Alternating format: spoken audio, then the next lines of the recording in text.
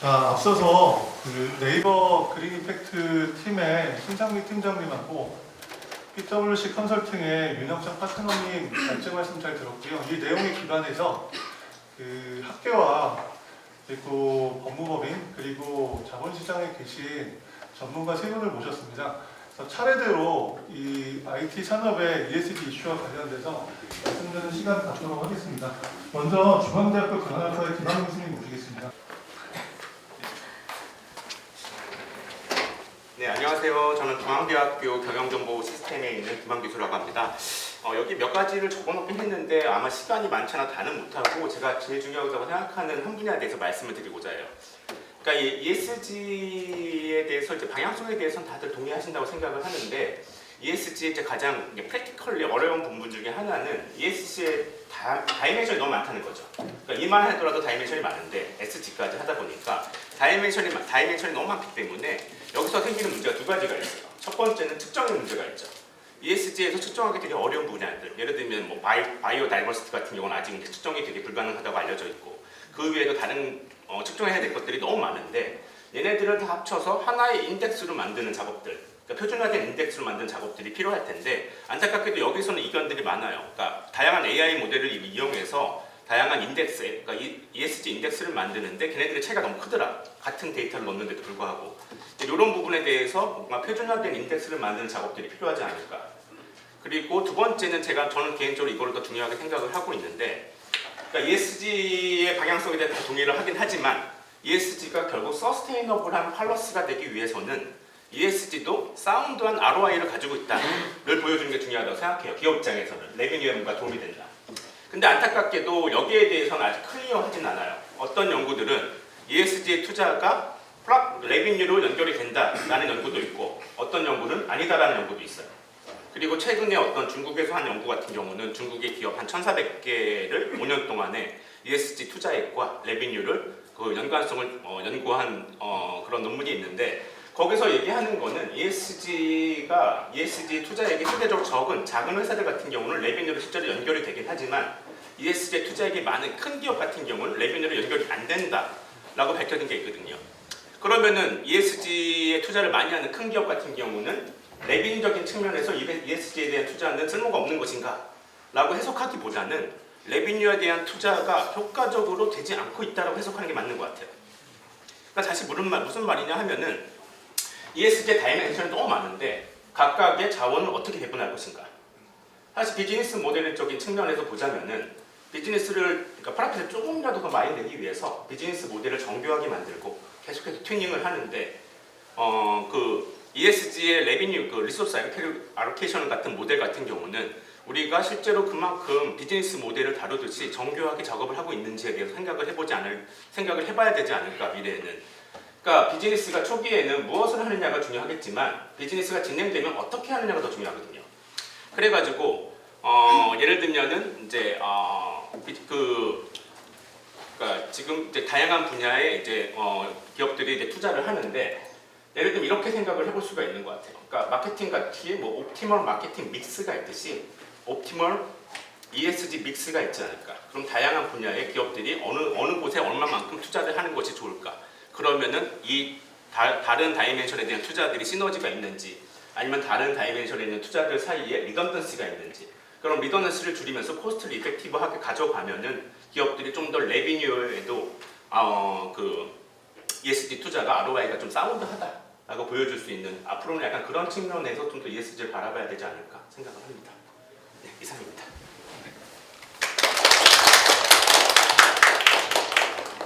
네, 김한 교수님 말씀 잘 들었습니다. 사실 그 단기적인 주주 가치를 제고해야 되는 현재 이제 경영진 입장에서 뭔가 이게 ESG 투자라는 게 굉장히 이게 쉽지 않은 일입니다. 그 주주를 설득하면서 뭔가 단기적인 성과도 내야 되는데 미래에 대한 투자도 또 동시에 이루어야 되는데 실제 이제 그 다양한 분야에서 믹스 리절트가 나오고 있다 보니까 이 부분에 대해서 이제 굉장히 교수님께서는 그 ESG 다양한 정말 사실은 ESG에 아까 뭐 굉장히 다양한 지표들이 존재하는데 그 모든 걸 다 이해하는 지표가 없다 보니까 심지어 뭐 ESG 인증도 여러 회사에서 뭐 같이 하는 그래서 심지어 한 회사가 ESG 인증도 여러 인증기관에서 같이 받는 그런 것들을 볼 수가 있는데요. 어쨌든 지금 교수님께서 ESG 다양한 분야의 그 자원의 효율적 배분을 위한 뭔가 옵티멀한 모델을 고민해 보자라는 뭐 그런 아주 굉장히 프레시하고 재밌는 의견 말씀해 주셨는데요. 소중한 의견 감사합니다. 다음은 그 법무법인 율촌의 ESG 팀을 담당하고 계신 윤용희 파트너 변호사님의 말씀 들어보겠습니다.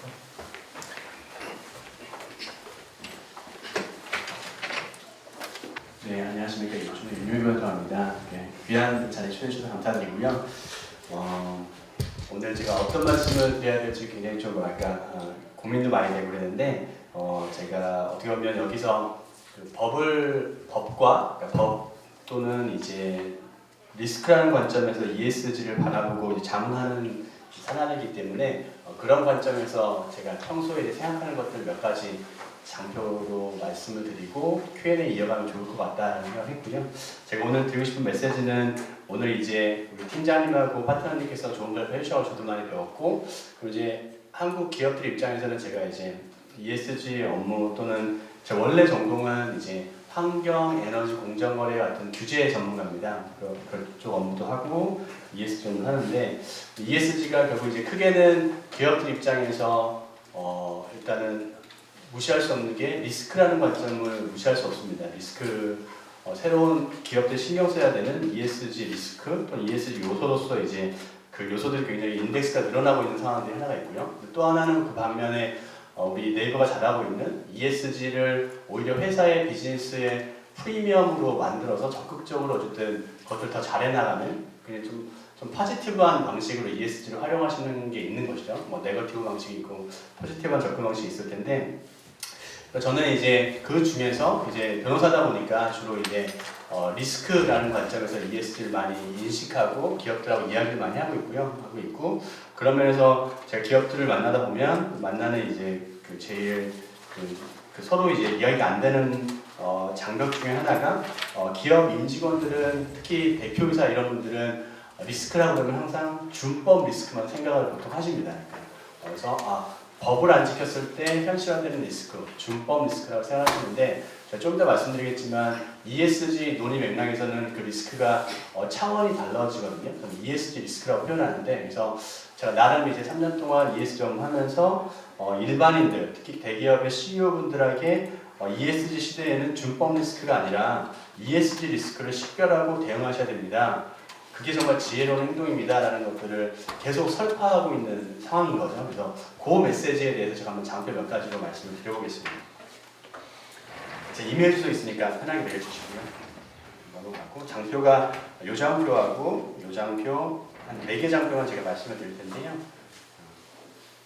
요 장표는 지금 이미 발제자분들께서 설명해 주신 내용을 어떻게 보면 제가 그림으로 표현한 거다라고 보시면 될 것 같습니다. 결국은 ESG 운동장 또는 ESG 생태계에서 어떤 플레이어들이 등장하고 그들이 어떻게 작용 반작용을 하는지를 이제 제가 나름 이제 정리해 본 건데, 그냥 간단히 랩업해 보자면 왼쪽 하단이 이제 우리 뭐 오늘 네이버가 등장하니까요. 뭐 네이버로 생각하면 될 것 같아요. 네이버 ESG 경영을 하겠다라고 발표하고 C레벨의 ESG 위원회도 만들고, 그리고 이제 경영진이 성과주의 의무나 감시 의무 이런 것들 이행하면서 회사 경영 활동을 하고, 그것들 혹시 실패하면 또 책임도 져야 되는 뭐 그런 상황들이 있고, 회사 내부에 리스크 관리 통제 시스템이 있는데 전통적으로는 제가 또 다른 의미를 말씀드리겠지만 국내 법령 중심으로 리스크를 인식했다면 이제 국제법, 외국법, 기타 ESG 연성 규범들이 이제 회사에 신경 써야 되는 규범들로 들어오고 있는 상황들이 이제 현재 상황들이고, 그래서 과거에 이제 환경부 공정이 수많은 이제 정부 기관으로부터 규제를 받아왔잖아요. 국내 법령에 근거해서 그걸 저는 이제 ESG 공적 규제 또는 공적 규제라고 표현하고 싶고요. 이거는 최근에 뭐 중처법도 통과해서 난리지만 그 공적 규제는 중요했고 향후에 더 중요해질 겁니다. 공적 규제에 실패한 기업들이 사실은 설당은 한국에 없다라고 봐도 틀린 말이 아니고요. 근데 이제 오늘은 이제 제가 이런 공적 규제라는 사이드보다는 다른 측면을 좀 강조드리고 싶은데요. 정부 이외에 다양한 이제 뭐 네이버를 둘러싼 이용자들이 있잖아요. 투자자도 있고 우측 하단에 있는 내부 임직원들, 소수주주, 국내 수많은 협력사, 그 다음에 고객사, 특히 해외 고객사들, 그 다음에 소비자 단체들이 있는데 제가 아까 공적 규제에 대비하는 표현으로 사적 자율 규제라는 표현을 쓰는데 이런 이제 프라이빗 엔터티들, 그러니까 고객사, 투자자 이런 소비자들이 사적 자율 규제를 이제 네이버에 대해서 하고 있다라는 사항들을 말씀드리는 거죠. 아까 이미 팀장님께서 설명하면서 다 녹아 있는데 뭐 과거에는 하지 않았던 글로벌 고객사 중에서 우리 이제 협력사가 되기 위해 지켜야 되는 코드 오브 컨덕, 뭐 행동 강령을 준수해라, 실사할 테니까 체크리스트 매년 제출해라, 부족하면 우리 현장 실사할 거야, 뭐 이런 이야기들.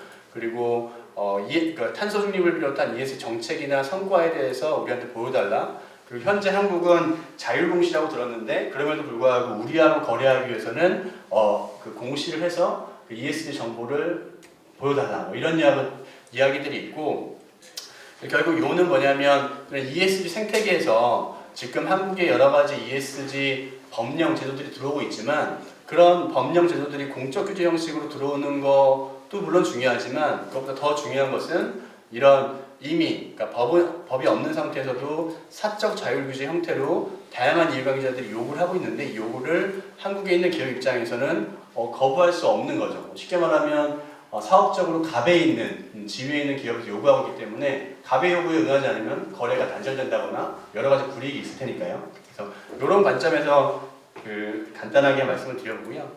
이제 본론으로 들어가면 제가 드리고 싶은 말씀은 이제 요 그림으로 이제 정리가 되는데요.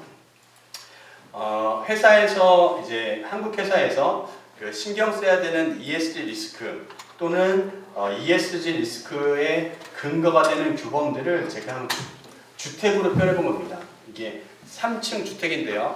3층 주택인데 1층, 2층, 3층에 ESG 리스크 규범들이 저는 자리 잡고 있다고 봅니다. 어떻게 표현하냐면 먼저 1층은 제가 사업장 소재 국내 법령, 뭐 한국으로 얘기하면 한국의 국회를 통과하는 법률이라는 거죠. 법률. 보면 환경법, 공정거래법, 뭐 상법 같은 것들이 있고 최근에 뭐 의무공시라든지 이런 유럽의 법령 제도들이 한국으로 도입되면서 1층에 있는 저런 규범들이 뭐 늘어나고 있습니다. 늘어나고 있는데 어쨌든 1층에 있는 규범들이고 1층에 있는 규범은 아까 제가 말씀드린 것처럼 그림으로 보여드리는 것처럼 왼쪽 상단에 정부가 그러니까 1층에 있는 규범에 근거해서 한국에 있는 기업들을 규제한다라는 컨셉을 보시면 좋을 것 같고 이제 2층, 3층으로 가면서는 아까 제가 말씀드렸던 사적 자율규제 측면에서 이런 프라이빗 엔터티들이 어떤 규범에 근거해서 요구를 하는지라는 관점에서 보시면 좋을 것 같은데요.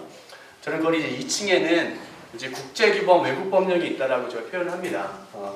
좀 쉽게 얘기하면 저는 학부 시절에 이제 법돌이었는데 제가 학부 때 법을 공부할 때 이런 국내법 공부할 때는 눈이 반짝반짝하고 사법시험에 나오니까 열심히 했지만 국제규범이나 뭐 이런 것들이 나오면 그냥 잤어요. 왜냐하면 사법시험에 나오지도 잘 안 나올 뿐만 아니라 기업들도 별로 저런 법들은 신경 쓰지 않는다고 제가 들었기 때문에 그랬었어요. 그런데 지금 시대가 바뀌었다는 말씀을 드리는 거죠. 무슨 얘기냐면 제가 대표적으로 이제 아까 우리 파트너님께서 잘 설명해 주셨지만 이후에 CSRD, ESRS는 유럽에 있는 기업들이 따라야 되는 이제 의무 공시제도, ESG 의무 공시에 대한 법령이고요. CSDD는 공급망 실사 법제에 대한 지금 드래프트 형식의 디렉티브고요. CBAM은 이제 탄소 국경 조정제도 저런 제도들. 그다음에 독일, 프랑스에 있는 이 법은 EU의 CSDD에 준하는 공급망 실사 법제. 그다음 미국의 위구르 강제労働방지법도 유사하게 저 법은 뭐냐면 좀 미국이 굉장히 오지랖이 넓은 건데 중국의 신장 위구르 지역에서 나오는 물건들은 대부분이 거의 강제노동으로 만든 것 같으니까 미국으로 수입 못해. 다만 예외적으로 수입업자가 강제노동이 아님을 입증했을 때만 수입하게 해줄 거야 라는 법입니다. 굉장히 좀 이상한 법인데 anyway